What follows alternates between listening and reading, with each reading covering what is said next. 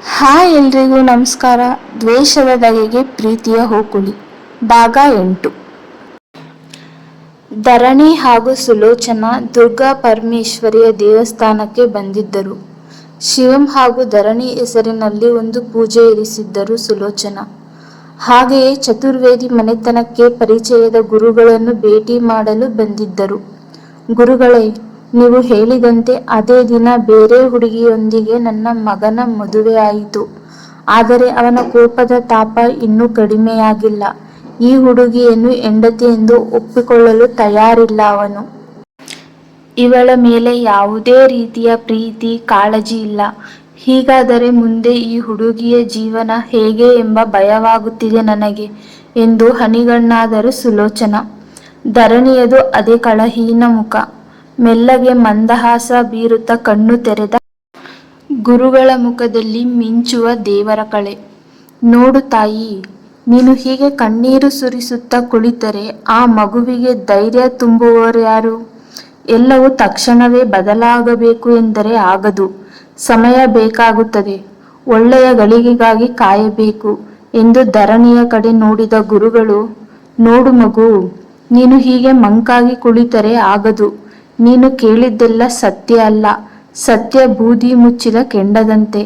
ಕೆಲವು ಅವಮಾನಗಳನ್ನು ಎದುರಿಸಬೇಕಾಗುತ್ತದೆ.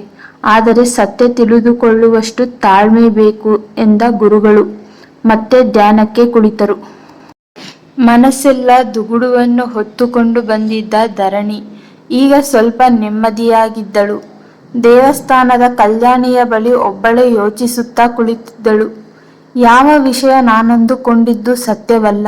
ಒಮ್ಮೆ ಈ ಹಿಟ್ಲರ್ ಬಳಿ ಸಮಾಧಾನವಾಗಿ ಮಾತನಾಡಬಹುದೇನೋ ಎಂದು ಯೋಚಿಸುತ್ತಾ ಇದ್ದವಳ ಹಿಂದೆ ಯಾರದ್ದೋ ನೆರಳು. 5-6 ಜನ ಹೆಂಗಸರ ಗುಂಪು ನಿಂತಿದ್ದರು. ಓ, ಇಲ್ಲಿದ್ದೀಯಾ? ಮಾಡೋದೆಲ್ಲ ಮಾಡಿ ಈಗ ದೇವರಿಗೆ ಕೈ ಮುಗಿದರೆ ಏನು ಪ್ರಯೋಜನ ಎಂದಳು ಒಬ್ಬ ದಡೂತಿ ಹೆಂಗಸು. ಯಾರು ನೀವೆಲ್ಲ? ನಾನೇನ್ ಮಾಡಿದ್ದೀನಿ ಎಂದು ಗೊಂದಲದ ಮುಖ ಹೊತ್ತು ಕೇಳಿದಳು ಧರಣಿ. ಅವಳಿಗೆ ಆಗಲೇ ಭಯ ಶುರುವಾಗಿತ್ತು ಅವರೆಲ್ಲರನ್ನು ನೋಡಿ. ಮೊದಲು ಇಲ್ಲಿಂದ ಎದ್ದು ಬಾ, ಆಮೇಲೆ ಏನಂತ ಹೇಳ್ತೀವಿ ಎಂದು ಒಬ್ಬಳು ಮುಂದೆ ಬಂದಳು. ಧರಣಿಯ ರಟ್ಟೆ ಹಿಡಿದು ದರದರನೆ ಎಳೆದೊಯ್ಯತೊಡಗಿದಳು. ಹೇ ಬಿಡಿ ನನ್ಗೆ ನೋವಾಗ್ತಿದೆ. ಯಾರು ನೀವೆಲ್ಲ ಎಂದು ಕಿರುಚಿದರೂ ಕೇಳುವವರಿಲ್ಲ. ಸುಲೋಚನಾ ಇನ್ನೂ ದೇವಸ್ಥಾನದ ಒಳಗಿದ್ದರು. ದರದರನೆ ಎಳೆತಂದು ದೇವಸ್ಥಾನದ ಸ್ವಲ್ಪ ದೂರದಲ್ಲಿ ನಿಲ್ಲಿಸಿದವರು, ಏನೇ ನಿನಗೆ ದೊಡ್ಡವರ ಮನೆಯ ಹುಡುಗನೇ ಬೇಕಾ?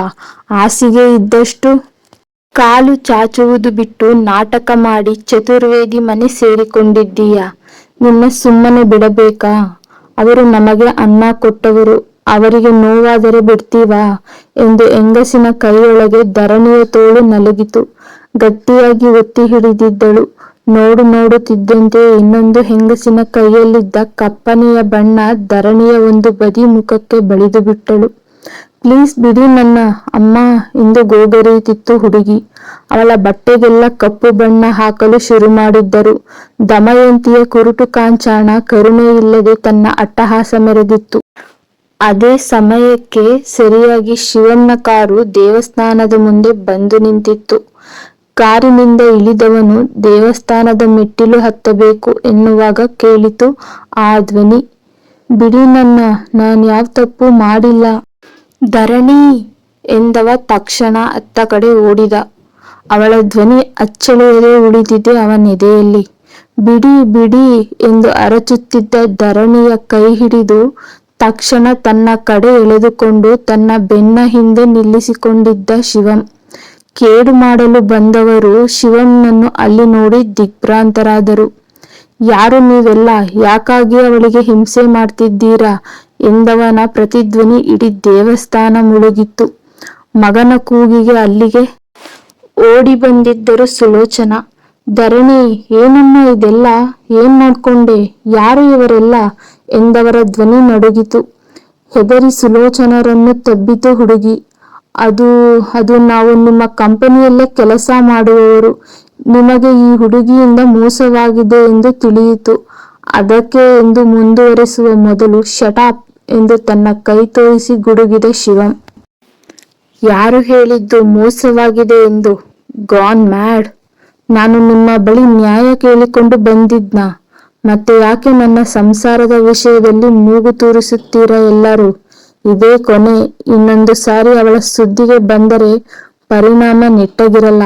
ಗೆಟ್ ಲಾಸ್ಟ್ ಎಂದು ಅರಚಿದವನ ಮುಂದೆಯೇ ಹೆದರುತ್ತಲೇ ಸರಿದು ಹೋಗಿದ್ದರು.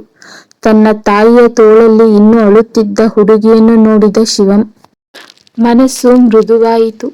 ತಕ್ಷಣವೇ ಧರಣಿಯನ್ನು ತನ್ನೆರಡು ತೋಳುಗಳಲ್ಲಿ ಎತ್ತುಕೊಂಡು ಕಲ್ಯಾಣಿಯ ಬಳಿ ಸಾಗಿದ್ದ. ಶಿವಂ, ಅವಳನ್ನು ಎಲ್ಲಿಗೆ ಕರ್ಕೊಂಡು ಹೋಗ್ತಿದ್ದೀಯಾ? ಬಿಡು. ತಾಯಿಯ ಮಾತು ಅವನ ಕಿವಿಗೆ ಸೇರಲಿಲ್ಲ. ಹುಡುಗಿಯ ಹೃದಯದಲ್ಲಿ ಅರಿಯದ ಕೋಲಾಹಲ. ಕಲ್ಯಾಣಿಯ ಬಳಿ ಧರಣಿಯನ್ನು ಕೂರಿಸಿದ ಶಿವಂ ಹತ್ತಿರದಲ್ಲೇ ಕಣ್ಣಾಡಿಸಿದ್ದಾಗ ಅವನ ಕಣ್ಣಿಗೆ ಬಿತ್ತು ತುಂಬಿದ ಕಂಚಿನ ಬಿಂದಿಗೆ. ತಕ್ಷಣ ಅದನ್ನು ಹೊತ್ತು ತಂದವ ಕುಳಿತಿದ್ದ ಧರಣಿಯ ಮೇಲೆ ಸುರಿದು ಬಿಟ್ಟ. ಮೈಮೇಲಿದ್ದ ಕಪ್ಪು ಬಣ್ಣವು ನೀರಿನೊಂದಿಗೆ ತೊಳೆದು ಹೋಗಿ ಮೈಯೆಲ್ಲ ಅರಿಶಿನದ ಘಮ ಹರಡಿತು. ಆ ಬಿಂದಿಗೆಯಲ್ಲಿ ಇದ್ದಿದ್ದು ಅರಿಶಿನ ಜಲ. ಧರಣಿ ಕಲ್ಲಿನಂತೆ ಕುಳಿತು ಬಿಟ್ಟಿದ್ದಳು. ಸುಲೋಚನರಿಗೆ ಮಾತೇ ಹೊರಡಲಿಲ್ಲ. ಧ್ಯಾನಕ್ಕೆ ಕುಳಿತ ಗುರುಗಳ ಮೊಗದಲ್ಲಿ ಮಂದಹಾಸ ಮಿನುಗುತ್ತಿತ್ತು. ಮಾಮ್, ನೀನು ಮಾಡಿರುವ ಪ್ಲಾನ್ ಗ್ಯಾರಂಟಿ ವರ್ಕ್ ಆಗುತ್ತೆ ಅಂತೀಯಾ? ನನಗೆ ಯಾಕೋ ಡೌಟ್ ಎಂದಳು ಕನ್ನಡಿಯ ಮುಂದೆ ನಿಂತಿದ್ದ ದಿಶಾ. Baby, don't worry. ಈ ಮಿಡಲ್ ಕ್ಲಾಸ್ನವರ ಮೆಂಟಾಲಿಟಿ ನಿನಗೆ ಗೊತ್ತಿಲ್ಲ. ಮಾನ ಮರ್ಯಾದೆ ಅಂದ್ರೆ ಜೀವ ಬೇಕಾದ್ರೂ ಬಿಡ್ತಾರೆ. ಅಂಥದ್ರಲ್ಲಿ ಧರಣಿಗೆ ಮಣ್ಣು ಮುಕ್ಕಿಸೋದು ಜಾಸ್ತಿ ಹೊತ್ತಿನ ಕೆಲಸವಲ್ಲ ಬಿಡು. ಅವಳು ಆ ಮನೆಯಿಂದ ತೊಲಗಿದ ತಕ್ಷಣ ನೀನು ಎಂಟ್ರಿ ಕೊಡು.